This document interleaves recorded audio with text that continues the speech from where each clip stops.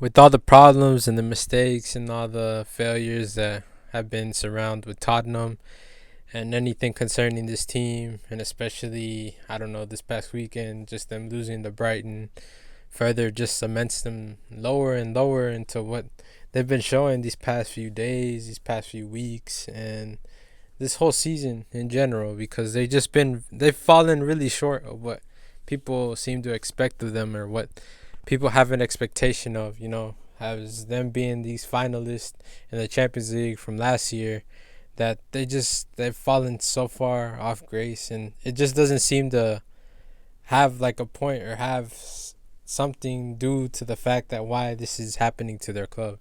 And I don't know. I'm not gonna say I'm an expert on the topic, but I'm just gonna talk or just give my opinion or a theory or just what I think is going on in this team as a whole.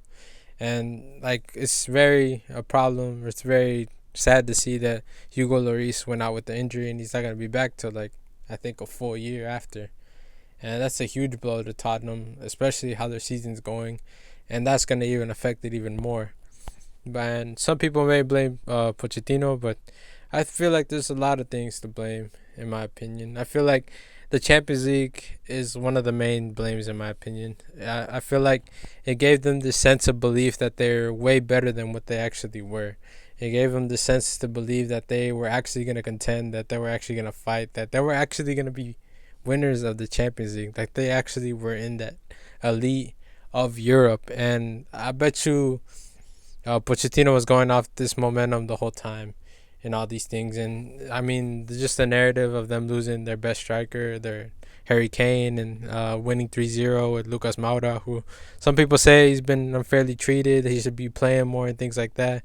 But I mean, it wouldn't even have made a case because Brighton won the game ultimately this weekend. But even in other games or other instances, I feel like Pochettino's kind of lost his touch. He's kind of lost these players in the same sense as well, where they just don't have that motivation anymore. Where some of them are really good, and if they were put in any other team, they would be a main contributor and they would be challenging for titles. But like as you can see, this team right now is not, and some of them are being questioned for like their quality.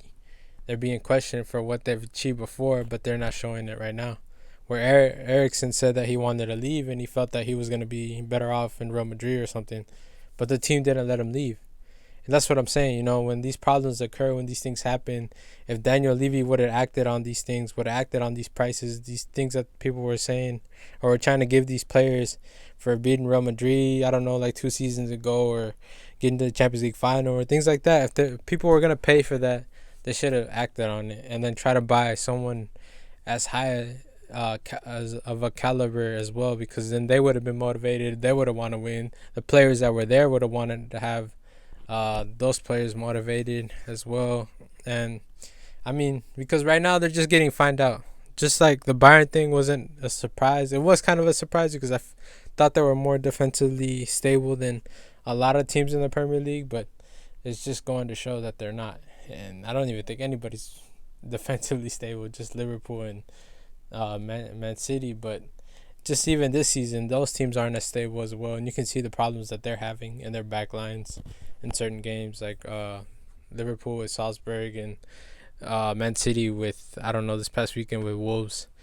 But like that's what I gotta say. There's certain little things that are being taken into account, and I feel like that's the main one: the motivation of the players. They feel like they should belong somewhere else. They should be in other teams. They should be in all these things. And like this was like the same thing that I think I saw with PSG last season, where Man United beat them because they got them at their weakest point, where they didn't have Neymar because he was injured like always, and then all this drama with Barcelona.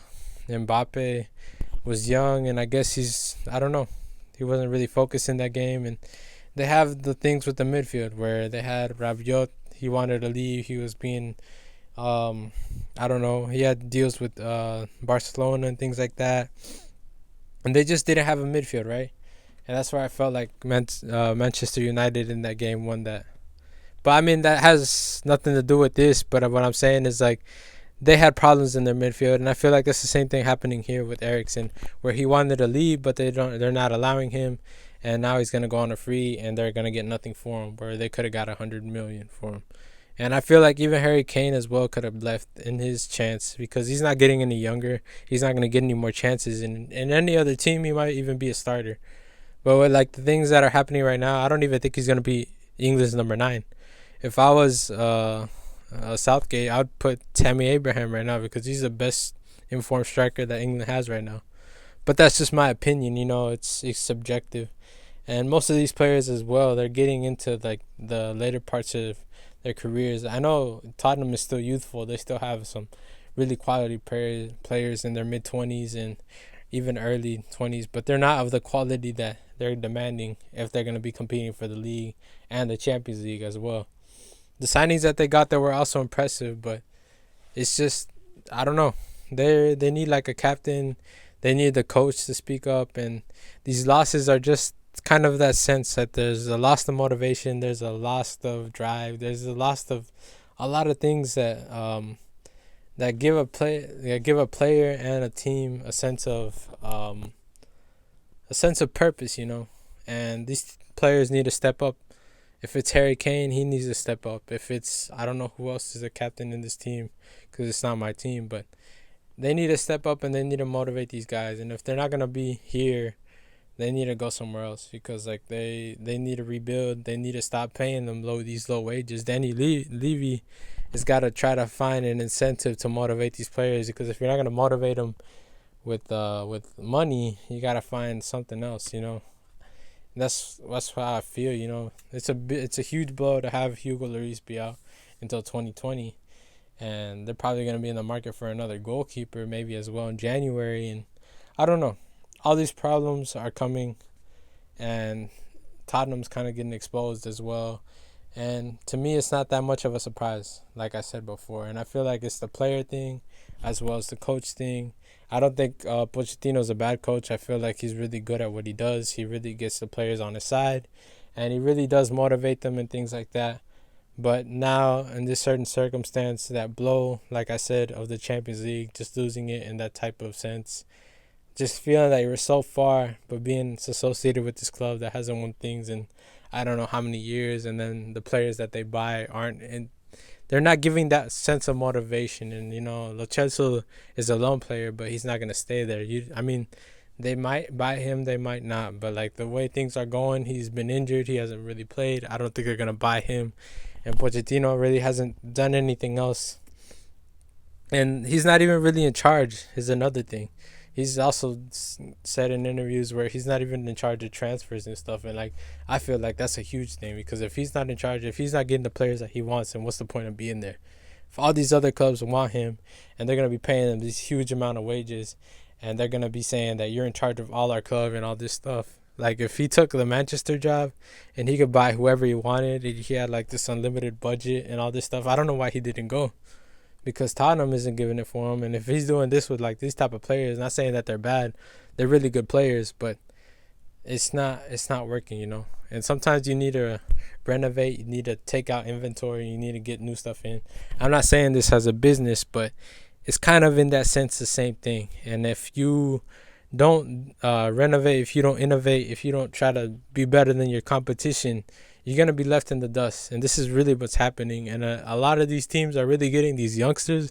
That's what I'm seeing. A lot of these youngsters are really proving themselves in the Premier League, where they're coming into these teams and they be wanting to show out against these top 6 teams. And that's really what's happening. The same thing happened with Brighton when they faced them. I'm not too sure of that lad or that guy. I just know he's Scottish, and he's like, 18, 19? And he made like 2 goals.